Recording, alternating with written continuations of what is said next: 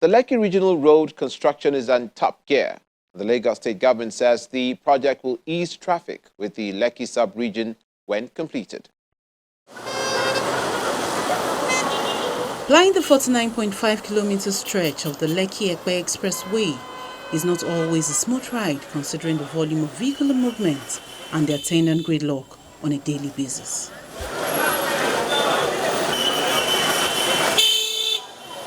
The traffic could be more or less depending on the time of the day.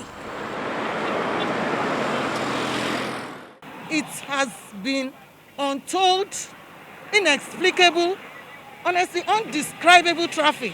The Lagos State government says it's not unaware of the traffic situation around Lekki axis. The special advisor to Governor Sanwo-Olu on Works and Infrastructure, Aramide Adeoye, gives details of work to be done.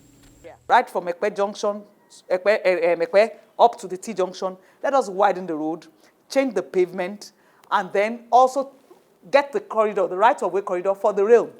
The coastal road is one alternative that everybody has known that takes its origin from around Babich, goes through by the back of it, through back of Oniru.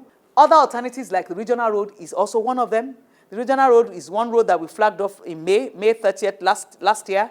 The contractor has moved to site. So jetties are being built at the Ekpe end. We're trying to get the Lagosians to begin to get used to doing transportation on the waterways. 6 months later, contractors are on ground taking charge of the Lekki Regional Road project. They are going 35.3. They will go.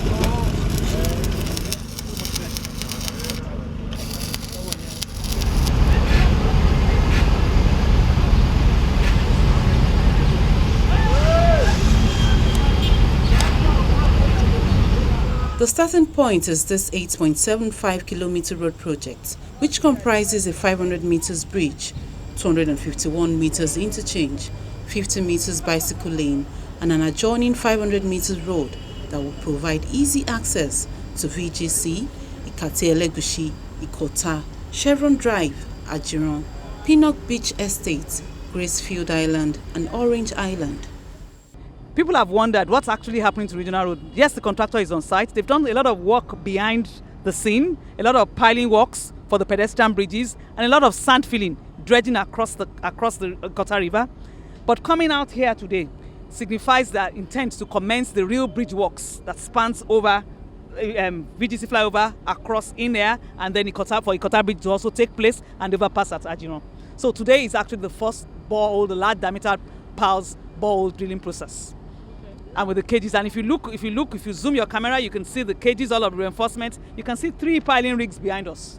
And that for you, if you are a construction person, when you see those kind of rigs in place, the piling rigs in place, and with this volume of steel also lying, cages prepared, then you know the contractor is ready to fly. Okay. So it's a precursor to the Fort Mainland Bridge. That's what this regional road is. It's an alternative to the Lekki-Ekpe Expressway. Everybody knows that the serviceability level of this road has gotten to a state that we need to ask ourselves, can we not do better for ourselves as Lagosians? And so the intent was for the regional road to act as an alternative to this road, and then in readiness to link up to the Fort Mainland Bridge, which is common. The project is already at 23.56%. Other road users are also put into consideration. A pedestrian bridge is taking shape, and the Special Advisor on Works and Infrastructure encouraged residents to ply the pet bridges because the entire state will be lit to ensure the security of everyone. In the design for the roadway, the regional roadway as it was conceived, you have pedestrian bridges so that people would not be crossing the expressway. So you look at what is the use along that place. There are estates, there are roads. It's a roadway, an expressway, and you have a lot of housing estates all there. You cannot assume everybody will be having cars, but you need to be able to move your vehicular traffic as well as your pedestrian traffic. So for people who don't have access to vehicles and want to actually walk on the roadway, they have a right to use the pedestrian bridge. So that way you end up not having people to cross a major expressway, which is a bane of problems. So one of the things that we had in the past, that we build expressways and then we don't think in totality about the pedestrian bridges. So, but right from the onset, these ped bridges have been in place, so it allows them to use the road without having to cross. And I hope that people will take advantage of it and would actually use it. On the issue of lightening of the roads, there's a process that we are right now where we're trying to see if all of the sodium-powered street lights, we just change them to the process of having them in low emission diode bulbs, so you don't consume power, too much power. We spend a lot of money firing diesel, high carbon emission generators, all leading to pollution. But with the retrofitting that we're doing, retrofitting process, changing all of those bulbs to LED bulbs, they are brighter, the wattage, the consumption, what they do consume is lower, so you don't end up spending more money. So we began the process in Lagos to retrofit all of those bulbs, starting with roads like Western Avenue and parts of Lekki, some intervals, so they're actually on Lekki Expressway now. Yes, you might see some areas dark, but it's a process. She also gives an update on the Fourth Mainland Bridge plans. One of the things I always tell people is, with roads, with bridges, you can't lie. It's either you do them or you don't do them, because these are things that people feel directly. And I want the citizenry to have a belief in us. We told you that we'll conclude and finish up the Pedestrian Bridge. We have done that. We told you that before the end of this administration, we'll move on with the Fourth Mainland Bridge. And I just want you to believe. We told you that we'll give an alternative to the Lekki Expressway, and exactly that is what we're doing.